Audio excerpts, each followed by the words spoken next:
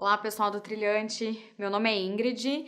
Eu já dei algumas aulas para vocês aí, para quem não me conhece ainda. Eu sou especializada em processo civil, dou aula de processo civil. E hoje, especificamente nesse curso, eu vou falar para vocês um pouquinho sobre a personalidade jurídica e as suas hipóteses de desconsideração. Para começar esse tema, é importante a gente ter em mente o que é a personalidade jurídica, que é um conceito essencial que a gente precisa saber, pelo menos superficialmente, para conseguir se aprofundar um pouco mais nas hipóteses de desconsideração, que é o tema do nosso curso de hoje. A personalidade jurídica ela é especificamente trazida pelo Código Civil como uma espécie de personalidade a partir do seu artigo 40. E o Código Civil ele especifica os tipos de pessoa jurídica que podem existir, que são aceitas e entendidas no ordenamento jurídico brasileiro. São elas as pessoas jurídicas de direito público, e dentro dessa categoria, as pessoas jurídicas de direito público interno ou externo, e a segunda categoria, que é as pessoas jurídicas de direito privado.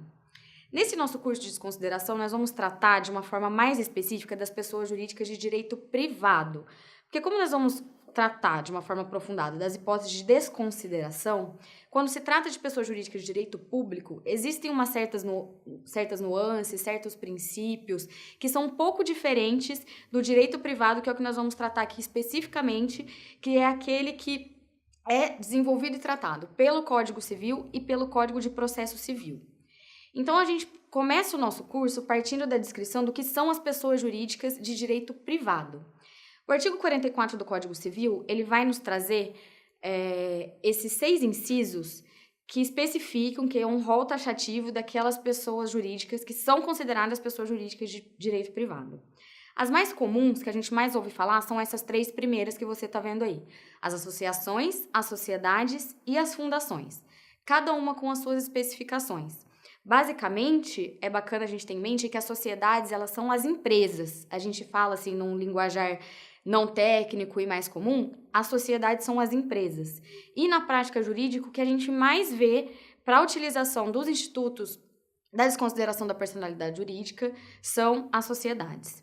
Mas, além disso, a gente tem também as organizações religiosas, os partidos políticos e as empresas individuais de responsabilidade limitada. Aqui é um pouco estranho pensar, você fala, nossa, Ingrid, mas eu posso pedir, por exemplo, a desconsideração de personalidade jurídica de uma organização religiosa, de uma igreja?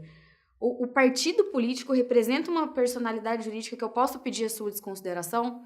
Como a gente vai ver, sim. Por mais estranho que pareça, se vocês aí que estão estudando direito fizerem uma pesquisa rápida, uma pesquisa básica de jurisprudência no Tribunal de Justiça do Estado de São Paulo, vocês vão ver que existem, sim, diversas hipóteses em que a desconsideração cabe, tanto em relação a organizações religiosas quanto a partidos políticos.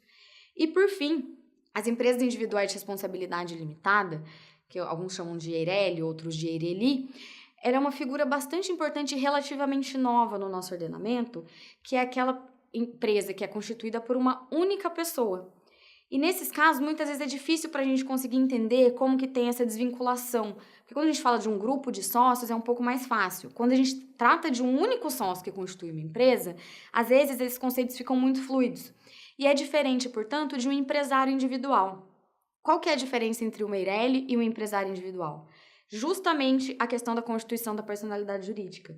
Na EIRELI, como eventualmente ao longo do seu curso você vai tratar de uma forma mais profunda, ela tem essa constituição e uma separação total de patrimônios.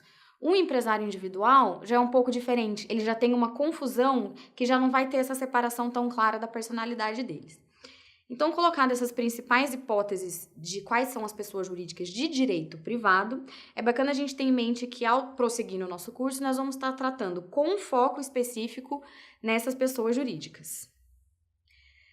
Quando você fala de personalidade jurídica, existem diversas correntes, diversas vertentes filosóficas que discutem de onde surgiu esse instituto, de onde ele vem, o que ele representa. Aqui, no nosso curso, como a gente vai tratar de um assunto bastante específico, o que é bacana da gente ter em mente a respeito da personalidade jurídica? Primeiro, ela é uma criação jurídica.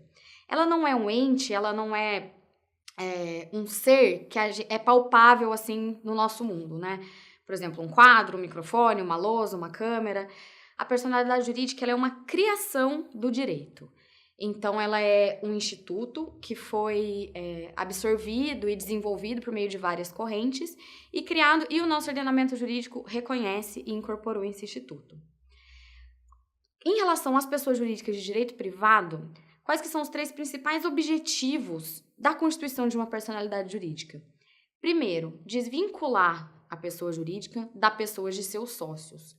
Ou seja, a pessoa não atua mais em nome próprio. A empresa pode assumir para si as suas obrigações, os seus direitos, as suas dívidas, responsabilidades, desvinculada da figura dos seus sócios. E a principal consequência disso é que o patrimônio da empresa jurídica não se confunde com o patrimônio pessoal dos seus sócios. E essa é a principal importância que tem esse instituto quando a gente trata de pessoa jurídica de direito privado. Porque qual que é o interesse de um empresário constituir sua empresa? Que a empresa, obviamente, vai dar lucro para ele, só que ele não vai ser atingido por eventuais conflitos de mercado, por algumas coisas que possam desestabilizar economicamente a empresa, da mesma forma que a empresa vai estar garantida também no caso de qualquer eventualidade que ocorrer com o patrimônio dos sócios. Então, essa separação total é um dos principais elementos que a gente vai tratar e a gente não pode perder isso de vista quando a gente trata de personalidade jurídica. O Código Civil vai trazer para a gente também que a personalidade jurídica, a pessoa jurídica, ela só é criada a partir do seu registro perante aquele órgão competente. Então, eu acabei de falar para vocês que a pessoa jurídica ela é uma criação do direito. E quando ela surge, quando ela nasce, quando o direito disser que ela nasce.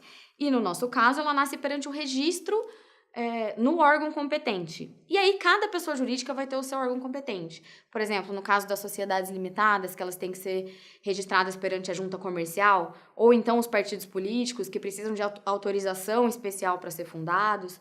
Então, assim, o nascimento, a constituição da pessoa jurídica, ela só ocorre mediante o registro.